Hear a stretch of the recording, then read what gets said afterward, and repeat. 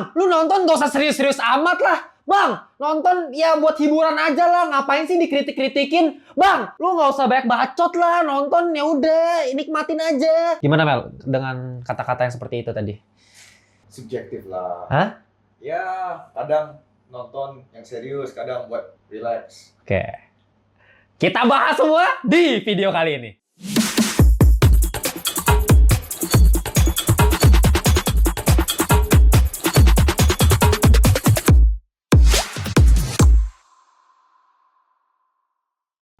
Welcome back to Ngelantur Indonesia. Skui nonton, skip blow on. Jangan lupa kalian semua ya. Seperti biasa, itu selalu moto yang selalu gua katakan di setiap video yang gua buat. Ya, kenapa? Skui nonton, skip blow on. Lu nonton, ada sesuatu yang lu dapat. Karena memang tujuan kita nonton film selain untuk entertainment, tapi kita juga bisa mendapatkan sesuatu dari menonton film tersebut. Jangan cuma nonton buat itu dia. Itu yang jadi permasalahan. Ini kan menjadi perdebatan bagi seluruh masyarakat yang ada, terutama di Wakanda. Dan kali ini gue pengen bahas, nih ya, ini topik yang sebenarnya gue udah sempat mention dari video sebelumnya, itu Money Milking kalau nggak salah ya. Ya, gue kan waktu itu pernah bilang nih di video ini ya, Money Milking. Jadi situ gue bahas dari segi perusahaan yang Money Milking sebuah franchise film dan kabar buruknya bagi para masyarakatnya. Nah, terus banyak tuh yang komen gitu ya. Gue kan sempet pecah jadi shorts juga. Banyak yang komen, banyak yang nggak setuju sama gue. Karena menurut mereka itu bukan kabar buruk buat mereka. Jadi itu kabar baik untuk perusahaan karena mereka sudah milking duitnya udah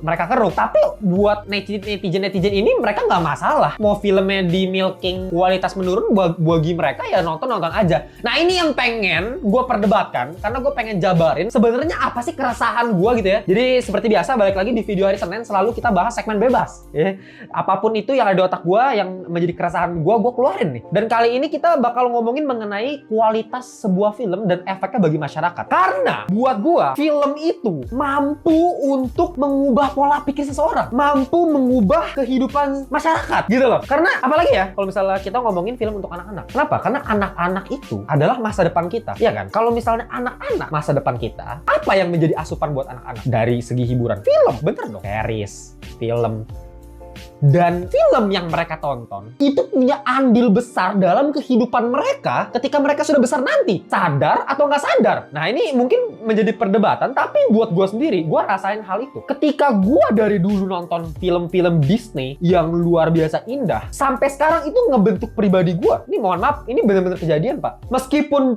pas kecil, gue belum punya otak yang sematang itu untuk berpikir, tapi tanpa kita sadarin itu semua tuh masuk ke dalam otak kita. Dan yang paling berbahaya adalah ketika kita masih kecil, kita nggak ada filter. Ini gue bukan cuma mau ngomongin filter secara kekerasan, filter secara pornografi, tapi gue berbicara mengenai filter halus yang benar-benar tidak kasat mata. Contoh apa? SJW. Ini selalu gue bilang kalau masalah Disney. Karena buat orang bilang kayak, lu ngapain sih permasalahan? Gue aja nggak kepikiran, Bang. Itu yang jadi masalah. Karena lu nggak kepikiran, itu yang jadi masalah. Dengan lu nggak mikirin hal tersebut, yang terjadi adalah itu masuk ke otak lu tanpa lu sadari, terus-menerus, berulang-ulang, film demi film demi film. Ketika lu udah besar nanti, tanpa lu sadar, pemikiran dasar itu udah tertanam dalam diri lu, Pak. Ya, mungkin ini topik yang cukup berat dan mungkin banyak memicu perdebatan karena mungkin banyak yang nggak setuju sama gue. Cuman gue pengen bahas dulu mengenai apa dampak sebuah film atau sebuah visual dalam kehidupan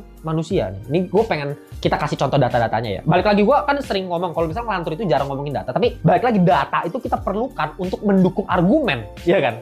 Ketika gue ngomongin argumen gue yang tadi, ketika kita bilang gue nonton film, ya gue bakal mendapatkan sesuatu dari film tersebut. Ya gue harus dapetin argumen dari data. Gue kasih contoh ya. Film Bambi. Kalian tahu semua dong. Film mengenai Kijang kan bisa bilang ya. Kijang gitu ya. Yang pada tahun 1942 rilisnya. Ini film Disney yang awal-awal banget gitu ya. Yang versi klasik banget. Dan itu sangat-sangat mendunia dan menjadi efek tersendiri. Bahkan ada, lu tau gak sih ada efek Bambi? Gak tahu kan tuh? Tahu ya? Tapi nggak tahu artinya ya. Nah, jadi kalau kalian nggak tahu, cek aja di Google, cek efek Bambi itu ada. Itu diambil dari mana? Dari film. Jadi apa sih Bang maksudnya efek Bambi? Efek Bambi adalah efek yang bisa gue bilang sebagai anthropomorphisme. Nah itu ya, memang agak ribet pronunciation-nya. Tapi kalau misalnya mau gue jabarkan, anthropomorphisme itu adalah bagaimana sudut pandang kita melihat seekor binatang menjadi punya hati, menjadi punya jiwa. Ngerti nggak sih? Karena kita lihat konteksnya. Sebelum tahun 1942, khususnya di Amerika sana, di Eropa juga, masyarakat-masyarakat di sana, keluarga-keluarga di situ, itu punya sebuah kebiasaan, rutinitas bahkan. Makanya kalau misalnya nonton film-film barat, biasa ada yang kayak bapaknya suka ngajak anaknya hunting. Ya kan? Itu sebenarnya culture-nya mereka. Mungkin di Indonesia nggak ada culture seperti itu, tapi di Eropa sama di Amerika, itu culture buat mereka. Itu sangat-sangat, makanya kalau di rumah mereka punya kepala rusa dipajang, itu sebuah kebanggaan gitu loh. Makanya banyak foto-foto keluarga sambil megang kepala rusa. Kalau misal kita track back ke zaman sekarang, bagi kita kalau kita ngelihat keluarga pegang kepala rusa senyum itu, buat kita apa? Pasti, kok gini sih? Ya kan? Apalagi netizen Indonesia, ya kan pasti, sadis amat, kok kejam banget gitu. Nah ini sebenarnya ada efek pemulanya. Efeknya dari mana? Efek Bambi. Efek Bambi gara-gara apa? Gara-gara film Bambi pada tahun 1942. Di mana diceritakan kalau misalnya si Kijang ini, yang namanya Bambi ini, punya emaknya mati ditembak sama pemburu. Yang di situ tidak dikasih tahu namanya, Men. Ya, nama orangnya, karakternya ya, Men. Tidak dikasih tahu, pemburu, mati. Dan dari Disney, kita bisa belajar dari ekspresinya Bambi. Kita bisa binatang. Anjir, ternyata seekor kijang pun punya emosi. Dan itu terus menyebar, dan itu terus berevolusi ke film-film setelahnya. Dan paling gilanya apa? Anjing. Ini yang paling penting sebenarnya, anjing. Anjing itu ya, apalagi di Indo ya. Anjing itu dari zaman dahulu, tanya nenek lu aja paling gampang. Kalau lu masih punya nenek ya, atau bokap lu, gue yakin harusnya bokap bapak lu masih, nyokap lu juga pas masih kecil lah. Tanyain deh, dulu anjing tuh perlakuannya kayak gimana sama manusia? Dia hunting, bos. Anjing itu dimakan, diburu zaman dulu. Nggak ada sekarang anjing dibawa ke mall gitu, nggak ada. Zaman dulu tuh kagak ada. Nah, ini semua kenapa? Karena Bambi, efek Bambi. Dimana dengan film tersebut kita artinya akhirnya kita bisa mempunyai sebuah perasaan terhadap binatang. Kita bisa punya hubungan ikatan emosional dengan binatang, anthropomorphisme. Jadi setelah tahun 1942 yang terjadi adalah penurunan secara drastis, secara statistik pemburu binatang. Jadi rusa-rusa, kijang-kijang itu lama-lama mulai mulai berkurang banget hunting-hunting yang dilakukan oleh mereka ini. Kenapa? Karena Bambi. Dan itu apakah sebuah hal yang simple, sebuah hal yang gak penting? Penting banget, bos. Gila lu, kalau ya lu yang punya anjing, yang punya binatang, bahkan kayak lu punya apa sih binatang-binatang yang kecil-kecil aja deh, hamster gitu, yang kayak gak penting. Pasti lu pada ngerasa gitu loh. Mungkin orang yang gak benci binatang, yang gak peduli. Tapi orang yang suka binatang, lu pasti ngerasa efek yang lu rasain di sekarang ini itu karena film lo, karena semua visual. Coba kita lepasin Disney. Bang, itu kan Disney, Bang. Lu ngomongin Disney itu anak-anak, kita ngomong sekarang masalah dewasa. Iklan rokok. Lu lihat iklan ini. Lu bisa lihat, ini iklan yang sangat-sangat menurut gua revolusioner. Kenapa revolusioner? Zaman sebelum iklan tersebut, cowok-cowok tuh biasanya kalau ngerokok pakai apa? Tahu nggak? Cerutu. Ya kan? Atau nggak pakai pipe. Atau cerutu yang gede, tau kan? Bedanya apa, Bang, sama rokok? Nah, kalau rokok itu lebih sehat sebenarnya.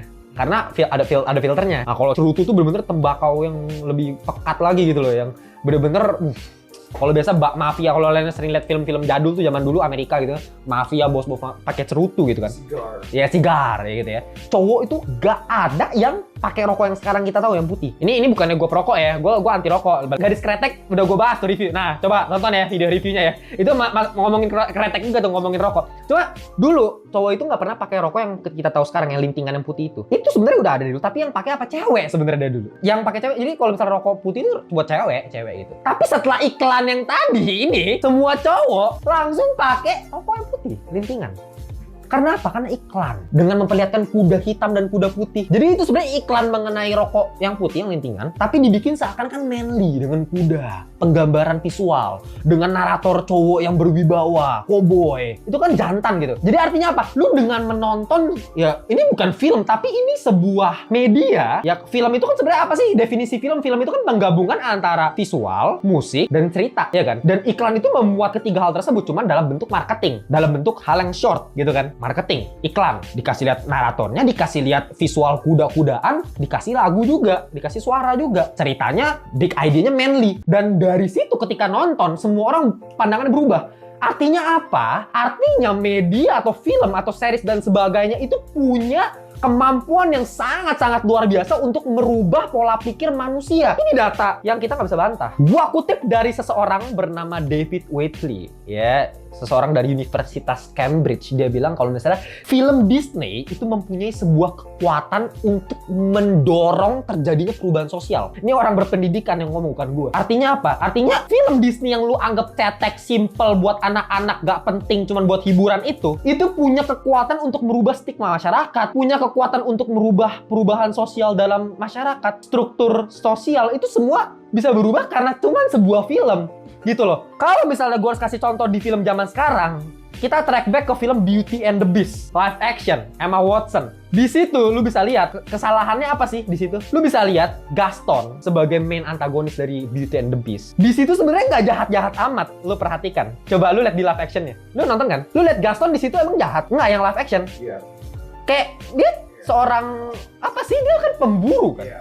Dia seorang pemburu yang emang suka sama si Belle ya kan, suka sama si Belle sama Emma Watson. Cuman sekedar itu, dan maksudnya dibuat rancu nih antara baik sama jahat. Beda sama versi animasi yang lebih jelas dari awal nih orang emang orang brengsek. Ketika lu ubah di live action remake lagi-lagi emang ulahnya Disney lagi nih ya. Dia bikin live action Beauty and the Beast yang menurut gua tetap bagus ya. Buat gua Beauty and the Beast itu tetap film Disney yang termasuk bagus lah untuk film remake dibanding Aladdin, Mulan apalagi. Beauty and the Beast termasuk oke. Tapi tetap aja maksud gua ada masalah moral di situ yang ini kalau misalnya kalau kita benar-benar nggak menonton, ini kan gua pernah bahas nih perbedaan antara lu nonton sama melihat. Kalau lu cuma lihat, lu nggak bakal ngerti. Lu nggak bakal ngerti kayak Gaston kok di sini beda sama versi animasinya ya. Lu cuma di sini ngelihat, oh iya nih orang jahat aja nih. Padahal lihat lagi, emang jahatnya apa? Dia cuman bahkan kalau nggak salah ada satu adegan ketika si Bella lagi nyanyi-nyanyi itu, si Emma Watson lagi nyanyi-nyanyi gak jelas tuh yang di awal itu ya. Kalau nggak salah dia baca, kan dia suka baca buku kan si Bella kan. Kalau nggak salah si Gaston tuh bilang dia juga pengen diajak atau gimana gitu kalau nggak salah. Tapi si Bellanya yang nggak mau gitu. Ini kayak ya justru malah si Emma Watson-nya yang bermasalah gitu kan. Itu kan hal-hal simple yang dirubah dari animasinya tapi merubah stigma masyarakat, sehingga ketika gue yakin kalau misal itu ditanam terus-terusan lewat film-film Disney berikutnya atau film-film barat lainnya, film-film Amerika lainnya, otak-otak anak muda, remaja, anak kecil itu bakal berubah dengan sendirinya dengan berpendapat anjing ini kayak cowok brengsek nih, padahal dia nggak salah apa-apa bos. Ngerti gak sih? Dengan, lu gak usah ngomongin film itu. Lu ngomongin masalah MCU nih. Gue bahas MCU sekarang. MCU sekarang, lu terakhir ngelihat The Marvels, ya kan? Lu lihat kan credit scene-nya. Itu mengenai apa? Mengenai yang Avengers. Emang yang Avengers itu ada di komik. Tapi, yang Avengers yang ada di MCU ini, kalau lu perhatikan kandidat-kandidat, meskipun belum pasti ya fix ya kandidat-kandidat yang Avengers ya, tapi kalau misal lu pikirin kemungkinan possibility-nya dari kalau lu bener-bener fans MCU ya, lu bakal tahu nih siapa-siapa aja yang bakal masuk jadi yang Avengers. Tuh lihat, itu bisa gue bilang 80% cewek, Pak. Cewek. Miss Marvel, ada si Hawkeye yang cewek tuh Hailey Steinfeld, America Chavez, Philum yang kemarin di GOTG volume 3, Love, anaknya si Thor, anaknya si Gore cuma diangkat jadi Thor, atau misalnya Riri Williams yang terakhir di Black Panther Wakanda Forever. Itu ada berapa tuh ceweknya? Belum tiba-tiba nanti kalau misalnya She-Hulk masuk, wah anjir, siap. Masuk udah twerking lagi dia paling.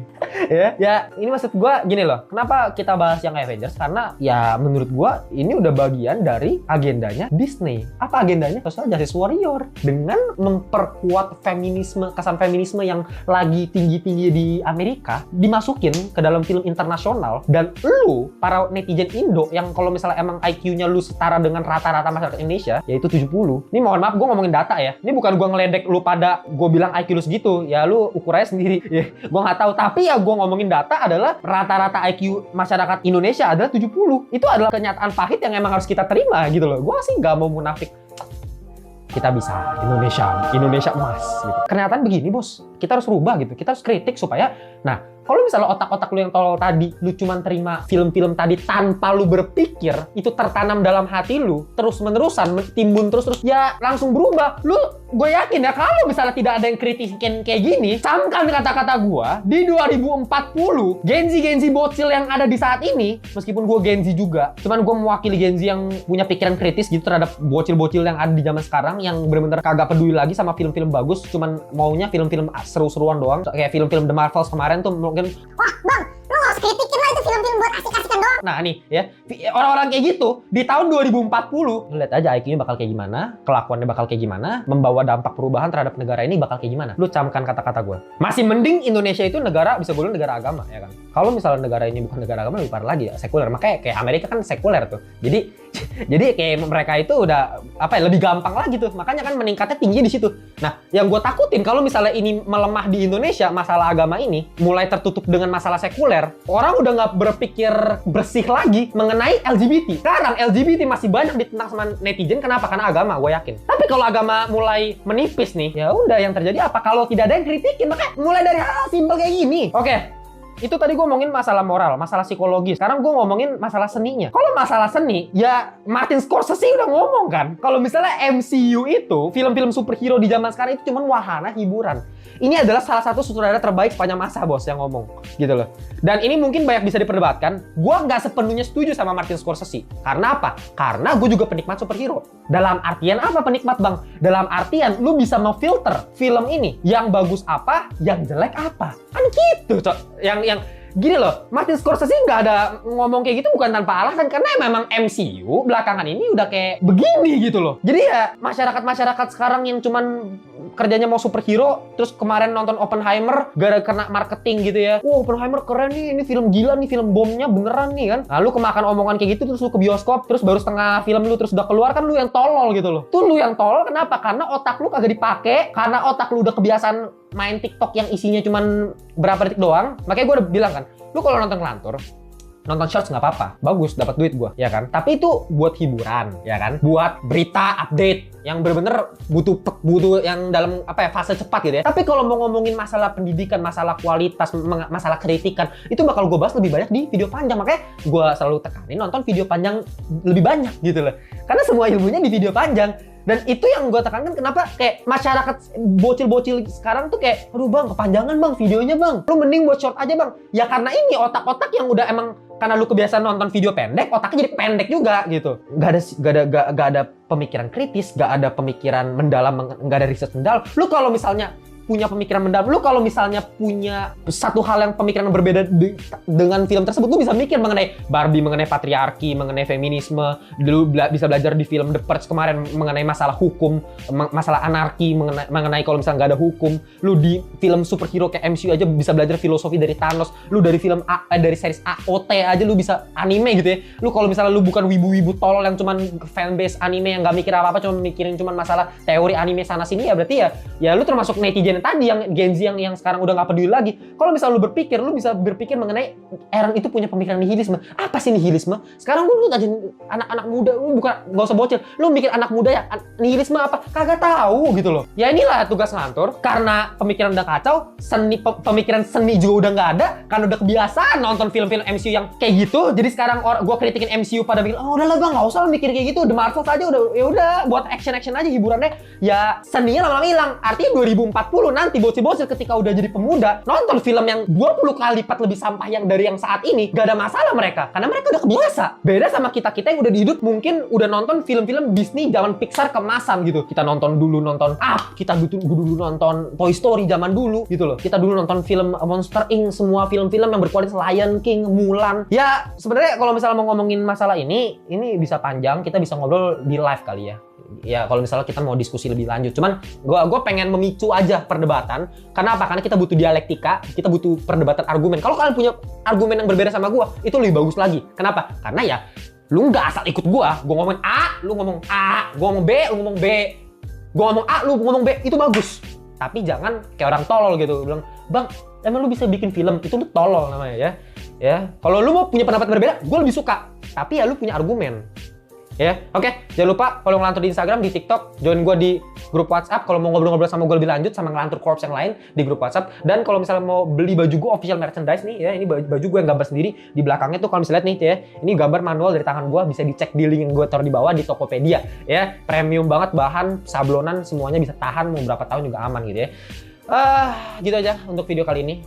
Kita jumpa di kolom komentar di bawah ya. Bye-bye semuanya. Efek yang bisa gue bilang sebagai antropomorfisme.